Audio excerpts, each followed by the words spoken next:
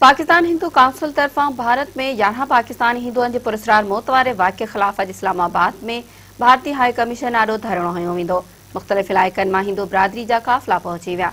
भारत जे इलाइक़े जोधपुर में शाहपुर चाकर सां तालुक़ रखंदड़ भील बिरादरी जे 11 घर भातियुनि जे पुरस्कार मौत वारे वाक़े ख़िलाफ़ इस्लामाबाद जे भारतीय हाई कमीशन आॾो पाकिस्तान हिंदू काउंसिल जे अॼोके धरणे जा समूरा इंतज़ाम मुकमल कया विया आहिनि। हैदराबाद, टंडवाल हयात, थरपारकर, सखर, जेकमाबाद ऐं ॿियनि मुख़्तलिफ़ इलाइक़नि मां धरणे में शिरकत लाइ हिंदू बिरादरी जा साढा 3000 माण्हू इस्लामाबाद पहुची विया आहिनि। पाकिस्तान हिंदू काउंसिल तरफ़ां अॼु धरणो हणी भारतीय हाई कमीशन खे पाकिस्तानी 11 हिंदुअनि जे क़त्ल वारे वाक़े ते याददाश्तनामो पेश कयो वेंदो। हिंदू काउंसिल जे धरणे सबबि इस्लामाबाद जे डिप्लोमेटिक इनक्लोव में सिक्योरिटी जा इंतज़ाम इंतिहाई सख़्त कया विया आहिनि, जॾहिं त रेड ज़ोन में वॾे अंग में नफ़री मुक़रर कई वई आहे।